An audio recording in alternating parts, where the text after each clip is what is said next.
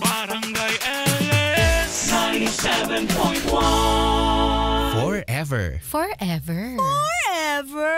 Mga kwento ng pag-ibig, kwento ng pag-asa at mga kwento ng buhay dito sa Barangay Love Stories. Love Stories.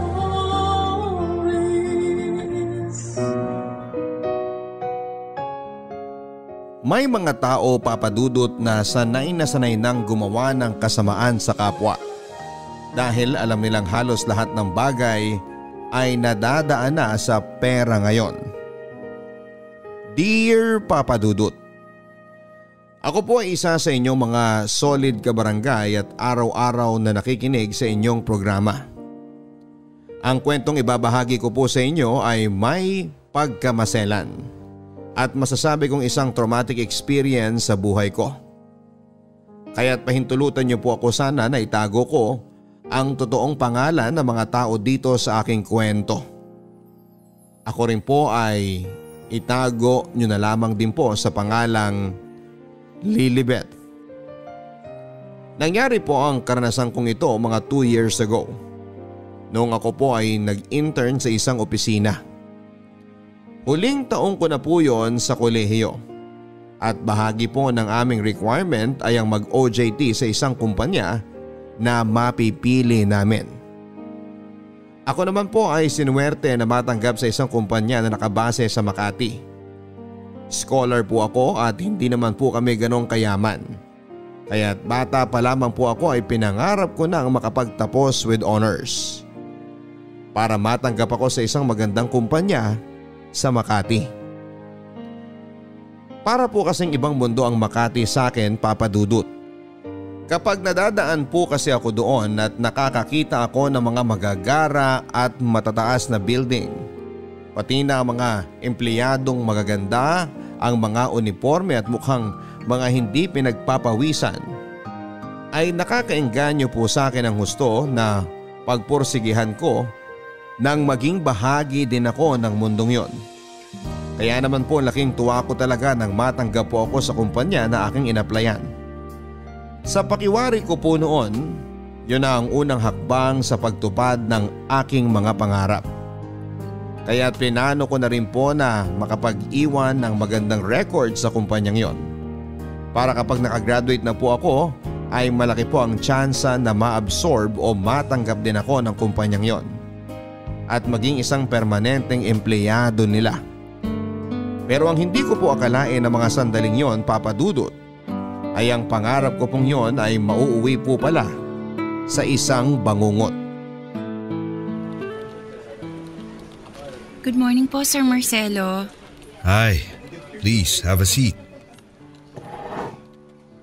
Okay, so congratulations sa first day mo rito. And as an intern, for now, ang main duties mo lang naman dito sa department ay mag-file ng mga resume, mga data entry task, and some small errands like photocopying papers, tumawag sa restaurants kapag may meetings at kailangang magpa-deliver, mga ganun. Okay, copy po, sir. Alam ko medyo parang wala pang silbi masyado yung mga ganyang bagay. Pero syempre, intern ka pa lang eh. Medyo mahirap din naman bigyan ka ng mas mabigat na responsibilities dito sa department.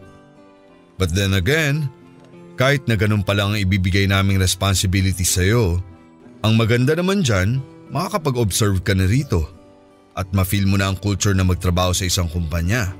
Okay lang naman po sa akin yun, sir. Based kasi dito sa resume mo, mukhang achiever ka sa school nyo. So baka mabore ka sa mga ipapagawa namin sa'yo dito. Okay lang po talaga yun, sir. Alam ko naman po lahat ng bagay kailangan munang magsimula sa maliit. Tapos kapag pinagbuti mo yon, tuloy-tuloy na rin po ang pag-angat mo sa corporate ladder. Good, good. I like you already. And you know what? Let's see. Baka nga ilang linggo pa lang mabigyan na kita ng mas mabigat na responsibility. I could definitely use a personal secretary right now. Okay po, sir. Pagbubutihan ko po. So, tell me something about yourself. Siyempre, magkaka-work na tayo dito. Parang magiging isang pamilya na rin tayo. So, I want to get to know you a little better. Tungkol po sa akin? Oo, pamilya mo, Saan ka nakatira? Tatlo po kaming magkakapatid. Ako po yung second, yung kuya ko po nasa abroad po. Oh, okay. So, nangangarap ka rin bang mag-abroad? Sa totoo lang po, ayoko. Ayoko po kasing iwanan mga magulang ko. Kita ko rin po kasi kung gaano kahirap sa kuya ko ang ma-homesick at mag-adjust sa kultura sa ibang bansa. That's good. And totoo yan. Mahirap talaga sa ibang bansa. Anyway, so, anything else? Love life? May boyfriend ka na ba? Wala po, sir. Talaga? Sa ganda mong yan, wala ka pang boyfriend? Pero for sure, nagka-boyfriend ka na dati. Wala pa po. NBSB. Talaga? Neneng-nenay ka pa pala. Pero okay yan. Minsan ang mga boyfriend, distraction lang yan sa mga pangarap, di ba? Opo, sir. Nagsimula po ng maayos ang unang meeting namin ni Sir Marcelo Papadudut. Pero habang tumatagal, ay mas nagiging personal na po ang mga tanong niya. Siguro po sa halos 1 oras na magkausap kami sa opisina niya, ay 15 minutes lang po kaming nag-usap tungkol sa trabaho. At pagkatapos po noon ay nauwi na po sa kwentuhan. At habang tumatagal, ay mas hindi na po ako nagiging komportable sa mga tanong at sa mga hirit niya. Kung tutuusin ay wala naman pong lantaran na mahalay na tanong si Sir Marcelo noon. Pero nagtataka po ako na halos buong buhay ko ay parang in-interrogate na niya. Kung saan ako nakatira, saan ako lumaki, ano ang mga hobbies ko, mga pastime, kung umibig na raw ba ako. Parang nang tumatagal po ay nawawala na po ang pagiging professional niya sa pakikipag-usap. At parang gusto niyang iparamdam sa akin na magka-level lang kami. Bagay na hindi ko po alam kung tama po ba. Lalo pat may moments na pakiramdam ko po ay medyo may mga malalanding tanong na si Sir. Pero kahit na ganoon po ang nangyari ay sinubukan ko na lamang pong ipagkibit balikat ang mga naramdaman ko noon. At naisip ko pa nga po na baka masyado lang akong feelingera.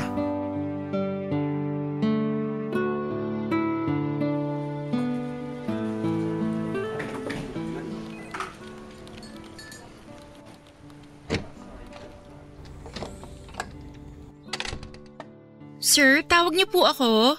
Oo. Pakikuha nga yung stack ng folder sa cabinet. Okay po. Saan ko po ilalagay, sir? Dito sa table. May papagawa ko sa'yo dyan. Okay po.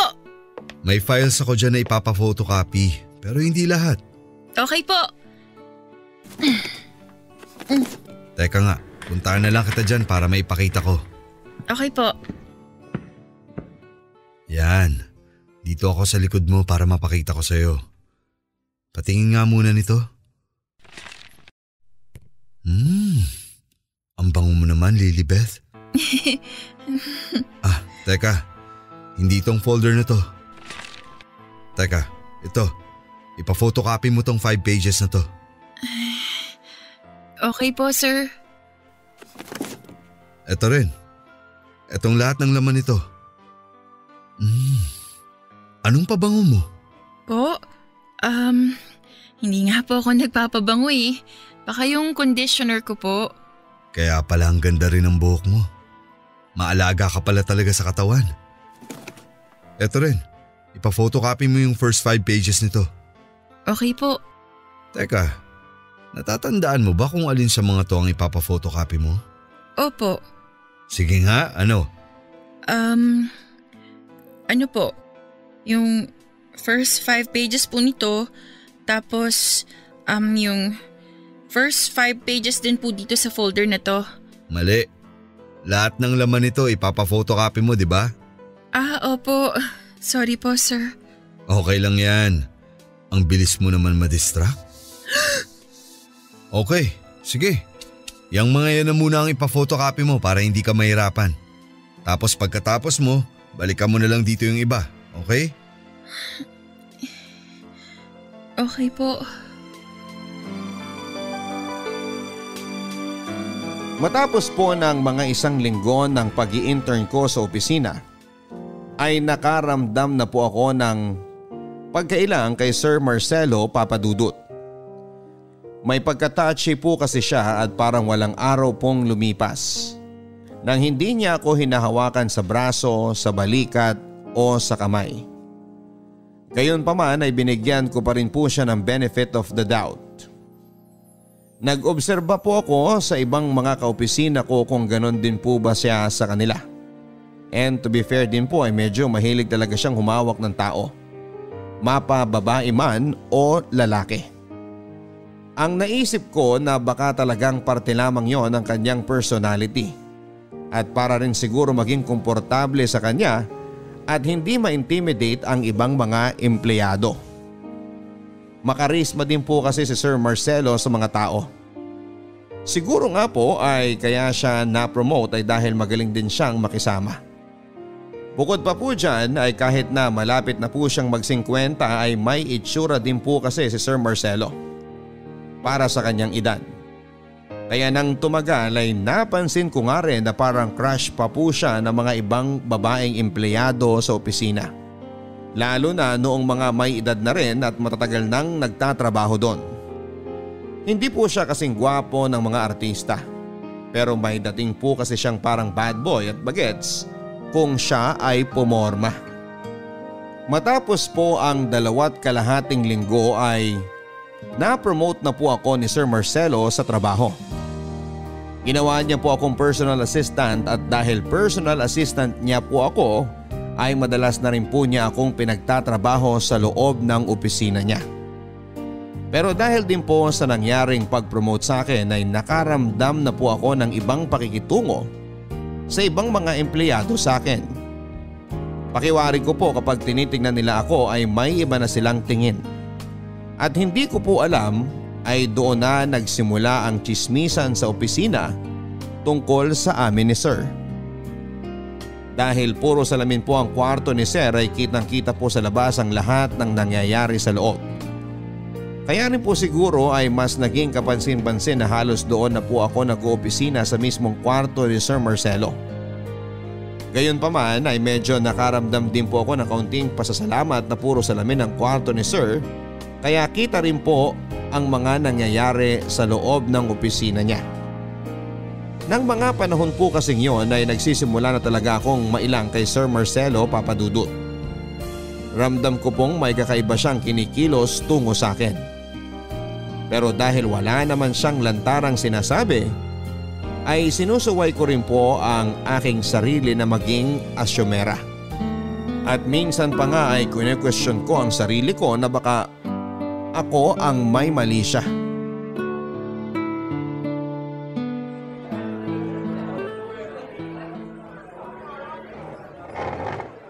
Sige, dito ka na umupo.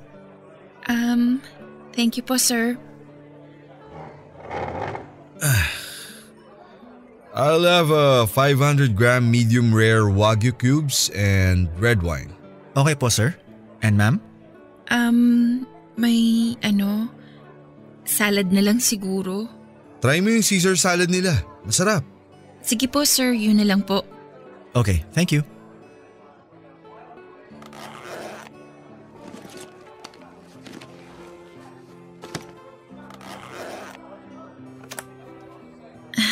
Sir, ang liit pala ng table dito. Ang hirap magtrabaho. Oh, bakit nagbubukas ka na ng laptop? Kalimutan mo na muna yan. Akala ko po maghahabol po tayo ng deadline nung… Kalimutan mo na muna yung trabaho. Mag-enjoy muna tayo. Okay po. Grabe din pala yung laptop mo, no? Parang ang bigat niya na. Dinosaur na. Wala pa po kasing budget si mama para mapalitan tong laptop namin. Ganito, ibibili kita ng bagong laptop. Po? Well, kailangan mo rin naman yun sa trabaho. Pero gumagana pa po tong laptop namin. Pagpahingayin mo na yan. Maawa ka naman dyan. Gawin mo na lang yung backup. O kaya para sa mga kapatid mo. Ayoko rin namang laspagin yung laptop mo para sa mga trabaho natin sa opisina. Sige po, sir. Kayo po bahala. Bukas may gagawin ka ba? Wala naman po. Ganito, susunduin kita sa inyo. Tapos pumunta tayo sa mall para makapamili ka ng laptop. Sir, baka naman po may extra dun sa opisina. Yun na lang po ang gagamitin ko habang nag-i-intern ako. Wag na. Regalo ko na yun sa'yo. Po? Bakit po? Kasi mabuti at masipag kang intern.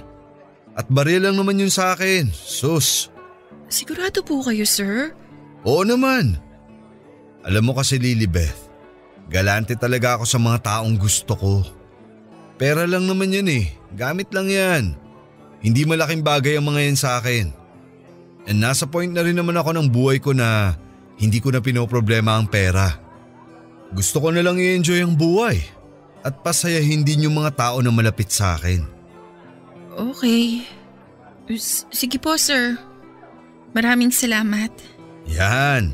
Yan lang naman ang gusto kong marinig.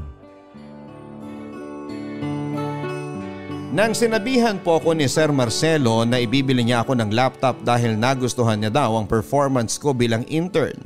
Matapos lamang ng halos 1 buwan na pag-i-intern. At habang kumakain pa kami sa isang mamahalin na resto na kaming dalawa lang ay naging iba na po talaga ang pakiramdam ko, Papa Dudut. Pero sa puntong yun po talaga ay pinapaniwala ko pa rin ang sarili ko na baka talagang galante lang si Sir Marcelo. Lalo pa't pagkatapos naman namin kumain ay totoo nga naman na nagtrabaho pa rin kami ng kaunti sa resto. Kinabukasan ay natuloy nga po kami sa lakad namin ni Sir Marcelo. Sinundo niya po ako sa bahay namin gamit ang kanyang magarang kotse.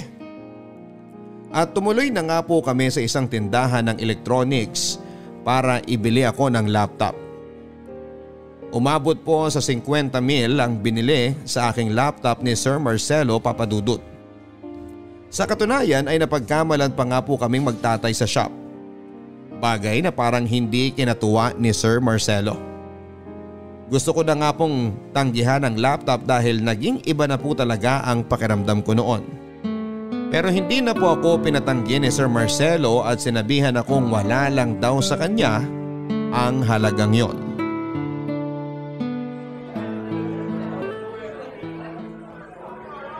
Oh, bakit tahimik ka ata? Sir, masyado po kasi talagang mahal at magara yung laptop na binili niyo sa akin. Ano ka ba? Sinabi ko na nga wag mo nang isipin yun eh. Bigay ko na yun sa'yo. Sir. Ano yun? Sir, ano po eh. Sir, ganyan po pa talaga kayo kagalante? I mean, 1 buwan pa lang po ako nag-i-intern sa opisina. Baka po kasi may masabi yung iba. Bakit mo naman iisipin ang sasabihin ng iba? Eh di wag mong sabihin na binigay ko yun sa'yo. Sir, kahit naman po hindi ko sabihin, feeling ko mag-iisip at mag-iisip pa rin po sila. Mag-iisip na ano?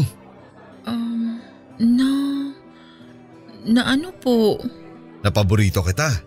Na may gusto ako sa'yo? Ay, hindi naman po. Eh kung sabihin kong oo. Po? Sige, dediretsahin na kita. Maganda ka. I like you. Pero wag mong isipin na nililigawan kita o gusto kong makipagrelasyon sa'yo. Talagang gusto ko lang na magbigay ng mga magagarang bagay sa mga magagandang babae. Yan ang trip ko sa buhay. It makes me happy. Parang sugar daddy po? Oh, bakit naman yan agad ang naisip mo? Sorry po. Hindi naman po yun ang ibig kong sabihin. Talagang galante lang ako sa mga magagandang girls. Unless gusto mong maging sugar daddy mo talaga ako. Po? Naku sir, hindi po. Matagal na rin naman akong hiwalay sa asawa. Sabihin mo lang, game ako. Naku sir, hindi po. Huwag ka nang mahiya, Lilibeth. Sir, hindi po talaga, hindi. Hindi ko po ma-imagine ang sarili ko na ganyan. Hindi po ako ganong klaseng babae. Sorry po. It's okay. Huwag ka nang masyadong ma-stress doon. Sir, isusoli ko na lang po yung laptop. Ano ka ba? Huwag mong gagawin yan. Bigay ko na nga yan sa'yo eh. Dami mong arte. Masyado mong pinapakomplikado ang mga bagay. Sobrang nashock po ako sa mga sinabi sa akin yon ni Sir Marcelo, Papa Dudut. May kutob na po ako na may gusto siya sa akin at may mali siya ang pagbibigay niya sa akin ng laptop. Pero pinanlalabanan ko pa ang aking kutob at pilit na kinukumbinsi ang aking sarili na inosente at mabuting tao lang talaga si Sir. At ako ang may problema at malisyosa. Napakawalang muwang ko lang po talaga noon, Papa Dudut, pero ang nakakabigla po talaga sa nangyari ay kung paanong napaikot ni Sir Marcelo ang sitwasyon para palabasin na ako ang may gusto na maging sugar daddy siya. At dahil hindi po talaga ako mapakali at hindi na nga po ako nakatulog dahil sa nangyari, ay kinalunisan ng sumunod na linggo ay binalik ko na po talaga ang laptop ni Sir. Hindi ko na nga po ito binuksan dahil ayoko nang may masabi pa siya. At para rin madaling maisoli sa nabilhang shop. Hindi po agad tinanggap ni Sir Marcelo ang pagsusoli ko ng laptop. Pero nagpumilit po talaga ako, Papa Dudut. Para rin wala nang masabi laban sa akin. Ngunit minamasama po ni Sir Marcelo ang pagsusoli ko ng laptop. At mula nga po noon ay ginawa na niyang bangungot ang internship ko sa opisina nila. Mula po nang binalik ko ang laptop na ibinigay sa akin ni Sir Marcelo ay naging mas cold at stricto na rin po siya sa akin. At dahil malimit na doon pa rin ako sa loob ng opisina niya, nagtatrabaho ay naging sobrang awkward po at napakahirap ng kumilos. Pakiramdam ko po ay bantay sarado ako sa bawat segundo at talagang tinatambakan niya po ako ng trabaho. At dahil nga po sinoli ko ang laptop na bigay niya ay wala rin naman po akong ibang magamit na computer sa opisina. Ay ginamit ko na lamang pong muli ang mabagal at lumang laptop namin sa bahay. Isang araw ay may pinaparush po na trabaho sa akin si Sir Marcelo. At kinailangan ko pong mag-download ng isang app online dahil hindi ko po mabuksan ang file na ibinigay niya. Pero nang na-download ko na po ang app na yon, ay bigla na lang pong nasira ang computer ko. Virus po pala. Nabura po ang lahat ng files pati na ang pinaparush sa akin ni Sir Marcelo. At nang mangyari po yun ay talagang natulala na lamang po ako, Papa Dudut. Dahil sigurado ako na hindi po ako mapapatawad ni Sir sa nangyaring kapalpakan.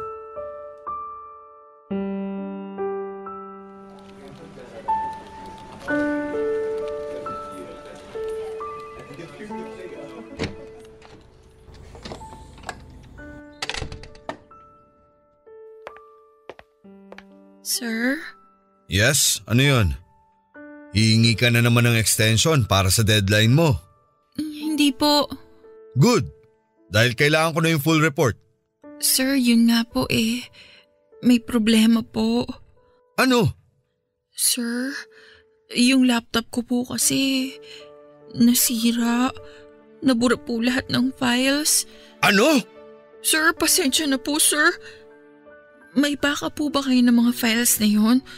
Mag-OT na lang po ako, hindi po ako uuwi hanggat hindi ko po natatapos yung report. Wala akong backup files ng mga yon. Sir, sorry po, sir. Ay, you really are turning out to be such a disappointment, Lilibeth. Ang ganda-ganda ng performance mo nung nag-start ka dito sa opisina. Ngayon, kabaligtaran na nangyari. Unti-unti kang nagiging tamad at ang dami mong dahilan. Ilalagay mo pa ang department ko sa alanganin. Sir, sorry po. I'm sorry. Kailangan kong i-report to sa school mo. Sir, please, sir. Bigyan niyo pa po ako ng isa pang chance. Isa pang chance? Paano ka makakabawi sa ginawa mong to? At 1 linggo na lang ang natitira sa internship mo dito. Hindi ka na makakabawi. Ibabagsak kita. Sir, please. Parang awa niyo na. Huwag niyo akong ibagsak. Mawawala po yung scholarship ko, sir. Napaka-arte mo kasing babae ka eh. Binigyan na kita ng laptop, isinoli mo pa sa akin. Masyado ka kasing nagmamalaki sa akin. O ayan ang nangyari. Wala naman sana tayo sa sitwasyong to kung yung laptop na isinoli mo sana ang ginagamit mo. Ano ngayon to? Magmumukha akong tanga dahil hindi ko maipapasa yung report on time? At since wala akong backup nun, kakailanganin kong humingi ulit ng copy. Di ba? Ang laki mong perwisyo! Sir, I'm so sorry. Pasensya na po talaga. Sir, kahit ano po gagawin ko. Mag-OT po ako dito. Kung anong kailangan ipagawa dito sa opisina gagawin ko. Huwag niyo lang po akong ibagsak, sir. Ay, sige. Bibigyan kita ng pagkakataon. Sumama ka sa akin sa Sabado. May business trip ako. Po? Yung sa Tagaytay po? Oo, bakit? At ano na namang mukha yan? Kung ano-ano na naman ang tumatakbo sa isip mong kaartehan. Hindi po, sir. Alam mo, yung kaartehan mo nagdala sa'yo sa problemang to. Tingnan mo ngayon, umaarte ka na naman. Ayusin mo nga yung mukha mo. Hindi po, sir. Sige po, sir. Sasama po ako sa inyo. Mabuti naman. At magdala ka ng damit dahil 2 gabi tayo ron. Pag-uwi ko po sa bahay ay grabe po ang kabang naramdaman ko, Papa Dudut. Alam ko pong may mali sa pag-aaya ni Sir Marcelo sa akin sa kanyang out of town at overnight na business trip. Lalo pat umamin na siya sa akin na may gusto siya sa akin. At kahit nasabihin niya pang ako lang ang may mali siya sa utak at wala naman talaga siyang pakay kundi ang magkaroon ng assistant sa kanyang business trip, ay hindi ko po maalis sa isipan ko na pwede po akong mapahamak sa pagsama kong yon sa kanya. Gayon pa man ay takot na takot din po ako na bumagsak sa aking internship. Lahat po ng pagsisikap at pagiging masigasig ko sa pag-aaral ay mapupunta lamang sa wala. Higit sa lahat ay mawawala pa ang scholarship ko.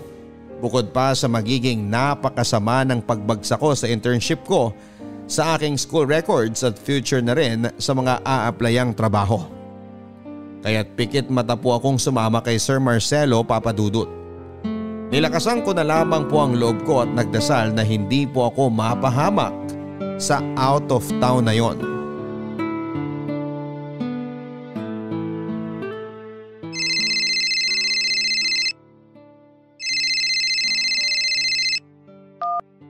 Hello, sir? Lilibeth, pumunta ka dito sa kwarto ko. Po? Bakit po, sir? Mag-briefing lang muna tayo sandali. Sige po. Okay po.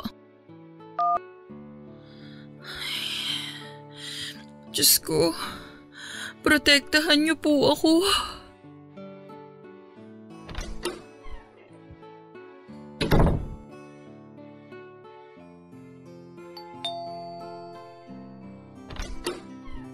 Good evening po, sir. Sige, maupo ka muna dyan.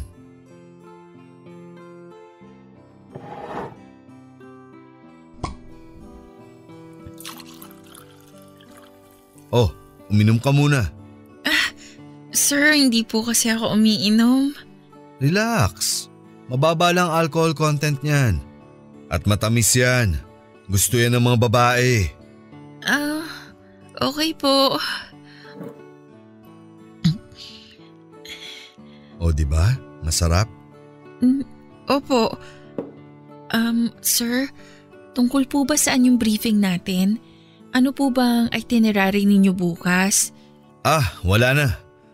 Tapos na lahat ng meeting ko ngayon. Ganun po ba? So, uuwi na po tayo bukas? Hindi pa. Po? Bakit po?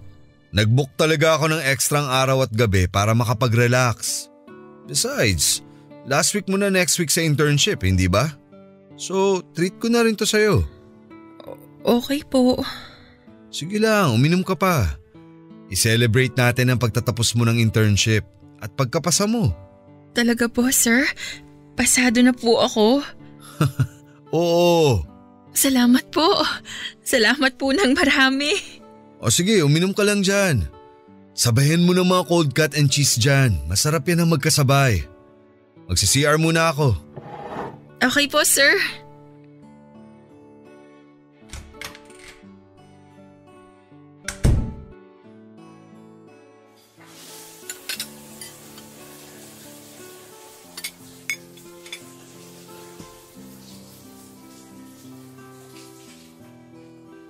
Lilibeth! Lilibeth! Ano po yan, sir? Pakikuha nga yung tuwalya dyan sa may cabinet. Paabot sa akin, nakalimutan kong ipasok. Sige po.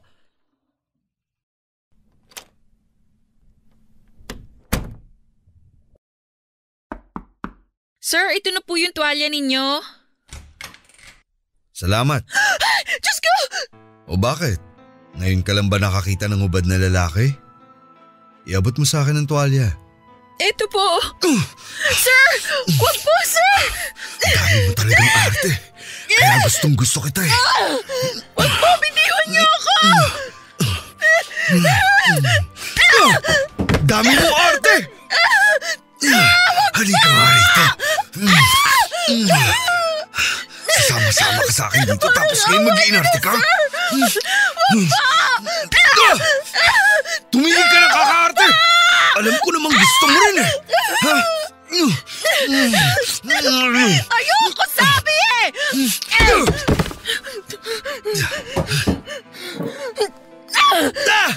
Aray! Bumalik ka nga rito! Lilibet!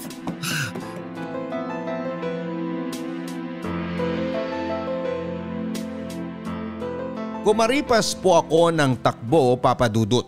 Dumiretso po ako sa kwarto ko sa hotel at takot na takot ako at hindi ko malaman kung ano ang gagawin. Gusto ko na po sanang umalis agad-agad ng gabing yon, pero na-paralyze po ako sa takot dahil kung ano-ano na po ang tumakbo sa utak ko. Paano kung abangan ako ni Sir sa labas? Paano kung umalis ako pero mapahamak naman ako sa biyahe pa uwi? Nasa Tagaytay po kami at hindi ko po alam kung paano ako makakabalik ng Maynila sa oras na yon. Gusto ko rin pong tawagan ang nanay ko pero ayaw ko rin naman po siyang mag-alala. At alam ko rin naman po na wala rin siyang magagawa dahil malayo siya at wala din naman kaming sasakyan. Kaya tinawagan ko na lamang po ang best friend ko at kinuwento sa kanya ang nangyari. Sa kanya na lamang po ako maguluhol at nagsabi ng lahat ng aking mga dinadala. Hindi na rin po ako nakatulog ng gabing yon, Papa Dudut, at talagang naghintay na lamang po ako sa pagsikat ng araw. Hindi na rin po ako dumaan sa lobby kahit pa nag-iwan ako ng ID dahil natakot din po ako na baka sabihan pa si Sir Marcelo dahil siya ang nagpabook ng kwarto ko. Pagkalabas ng hotel ay sinuwerte naman pong nakahanap kagad ako ng tricycle at nagpahatid na agad ako sa bus station. Nagtaka po ang pamilya ko nang bigla na lamang po akong umuwi sa bahay ng araw na yon. Pero hindi ko na rin po muna ikinuwento sa kanila ang mga nangyari. Dahil ako rin po mismo ay na-trauma sa lahat ng mga na-experience ko. Pero laking gulat ko po nang nakatanggap po ako ng tawag mula sa hotel at sinisingil ako sa bayad ng kwarto. Hindi po pala binayaran ni Sir Marcelo ang kwartong inukup ako. At ang malala pa niyan ay may kamahalan pa ang bayad.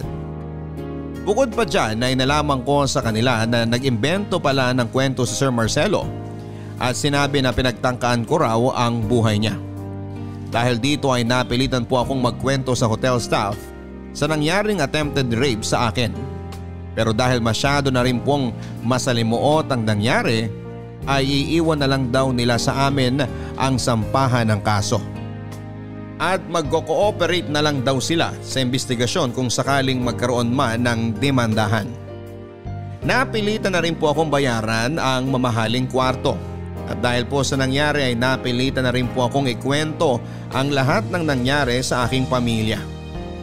Inudyukan po nila ako magsampa ng kaso kay Sir Marcelo pero alam kong kung sakaling gawin ko yon ay magiging salita niya laban sa akin yon. Dahil lahat naman po nang nangyari ay wala naman pong ibang witness at kami lang ang nakakaalam.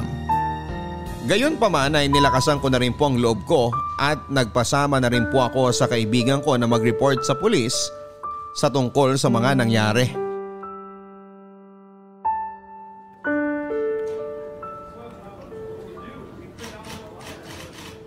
Oh, ano may paglilingkod ko sa iyo, miss? Sir, gusto ko pong magsampa ng kaso. Anong kaso? Attempted rape po. Attempted rape? Kanino? Sa boss ko po. Paano at saan nangyari? Sa isang hotel po sa Tagaytay. Sa hotel? Bakit kayo nasa hotel? May business trip po kasi siya tapos sinama niya ako. O tapos? Tapos po pinapunta niya ako rin sa kwarto niya nung gabi. Tapos nagsabi po siya na maliligo lang daw siya. Pagkatapos po nun, tinawag niya ako at pinaabot yung tuwalya dahil nakalimutan daw niya. Tapos lumapit naman po ako at inabot ko. Tapos pagbukas ko po ng pinto, hubad na po siya at doon niya po ako pinagtangkaang gahasain. Ano ba ang trabaho mo sa kumpanya? Intern pa lang po ako. Intern ka pa lang pero sinama ka na sa personal niyang lakad sa Tagaytay? Hindi po. May mga meeting po siya doon. Parang may team building kayo ron, ganon. Hindi po. Kaming dalawa lang po. So isinama ka niya sa Tagaytay na kayong dalawa lang. Hindi ka ba nagtaka kung bakit kayong dalawa lang ang pupunta doon? Nagtaka po ako. Pero nagtiwala po kasi ako sa kanya na… Na wala siyang masamang balak sa'yo? Opo. Naku Iha, napakawalang muwang mo pala no? Pero matanong nga kita, hindi naman sa may gusto kong iparating ha, pero wala ba kayong relasyon ng boss mo? Wala po! Alam mo Iha, ganito kasi yan. Ang dami naming inasikaso dito. Ngayon, yung attempted rape, mabigat na paratang kasi yan at mahirap din patunayan unless may nakakita.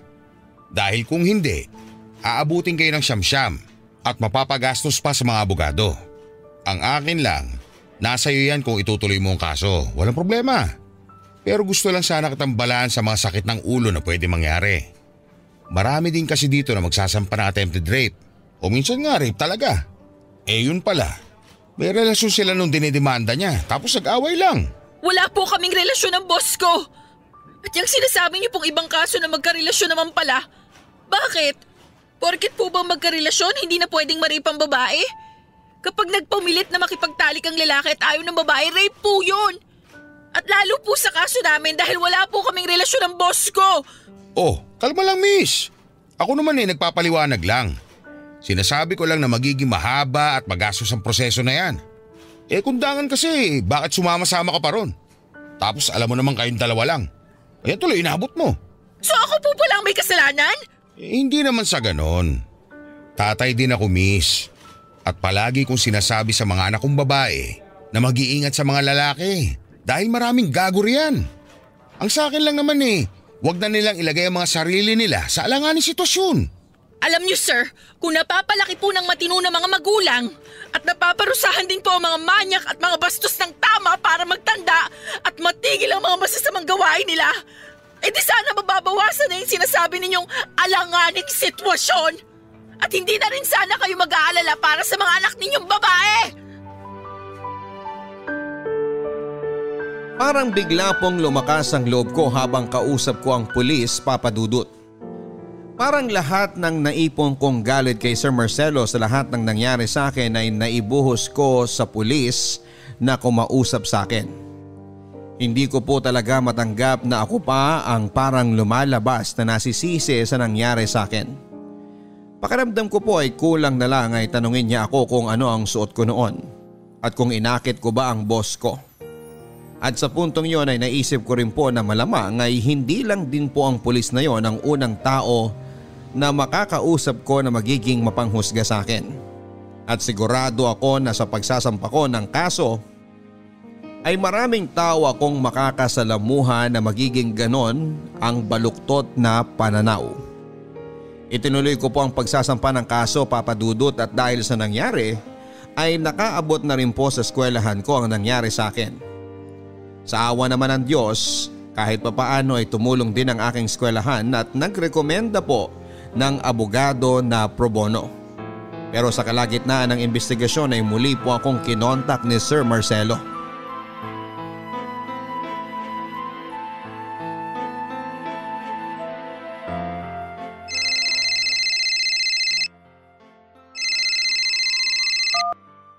Hello? Lilibeth, Sir Marcelo? iatras mo na yung kaso mo dahil alam mong matatalo ka lang. Hindi. Hindi ko iaatras ang kaso. Magkano bang gusto mo? Magkano? Huwag niyo na ako akong bastusin. Tama na yung minsan na akong pumayag na magpabastos sa inyo. Ibang-iba ka na dun sa tatay-tahimik na Lilibeth nung bagong pasok ka sa opisina. At dapat po, Noon pa ako nanlaban sa inyo. Nanlaban? Saan? Anong pinagsasabi mo? Ayan na naman kayo eh. Hanggang ngayon, binibilog niyo pa rin ang utak ko. Dapat nakinig ako sa kutob ko noon eh. Maang-maangan pa kayo na wala kayong gusto? Yun pala, sa mga panahong yun, baka hinahalay niyo na ako sa imahinasyon ninyo. Hoy! Huwag kang makapal yung mukha mo. At wala akong alam dyan sa sinasabi mo. Mag-isip ka nga. Sa yaman kong to, kaya kong bumili ng kahit na sinong babae na di hamak na lamang at mas maganda pa sa'yo. Sino ka ba sa akala mo? Tandaan nyo, wala man tayong taong witness sa mga nangyari. Merong mga CCTV sa mga lugar na pinuntahan natin. Saan? Sa mga restaurant? Sa hotel kung saan tayo nag-meeting? Hoy, babaeng sinungaling! Ako ang pinasok mo sa kwarto ko sa hotel nung gabing yon. At binato mo ko ng baso sa ulo at ninakaw mo ang wallet ko. Napakasinungaling nyo? Siguro nire-record nyo to, no? Gusto nyo may masabi ako na pwedeng ikalito ko at pwede ninyong magamit laban sa akin sa korte. Buwang kang babae ka. Ang bobo mo. Dapat nga magpasalamat ka at binibigyan pa kita ngayon ng pagkakataon na iatras ang kaso. Dahil alam ko naman na pera ko lang ang habol mo. Hindi! Hindi ko iaatras ang kaso! Mabubulo kayo sa kulungan! Hoy, babaeng magnanakaw! Ikaw ang mabubulok sa kulungan!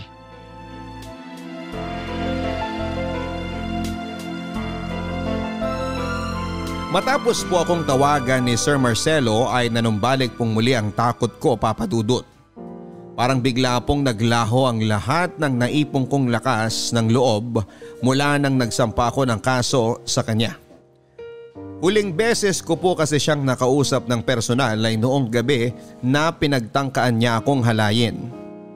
At nang marinig ko pong muli ang boses niya ay parang biglang sumaping muli sa akin ang lahat ng takot at pangamba na naramdaman ko ng gabing yon. At lalo pa pong nadagdagan ng aking takot sa mga lumabas sa bibig niya sa pag-uusap namin yon. Ni hindi man lang po siya nasamid habang sinasabi niya ang mga salitang pawang kasinungalingan lang. Talagang bihasang-bihasa na po siya sa pagsisinungalin, Papa Dudut. At mabilis kong naramdaman kung gaano po kalakas ang kayamanan ng aking binabangga. At hindi nga po malabo na bumaligtad pa ang kaso at ako pa ang makulong sa ibinibintang niya sa akin na robbery. At dumating nga po sa punto na ako na rin po mismo ang sumuko, Papa Dudut. Hindi na po kinaya ng puso ko ang mga akusasyon at pagbabaligtad na mga pangyayari na pinapalabas ni Sir Marcelo at ng kanyang abogado. Ako na nga po ang pinagtangkaang halayin habang tumatagal ay parang ako pa ang napapahiya sa mga ibinibintang nila. At labag na labag man po sa loob ko. Lalo pat matapos ng lahat ng aking pinagdaanan at ng aking pamilya ay nakipag-ayos na lamang po ako sa kanya.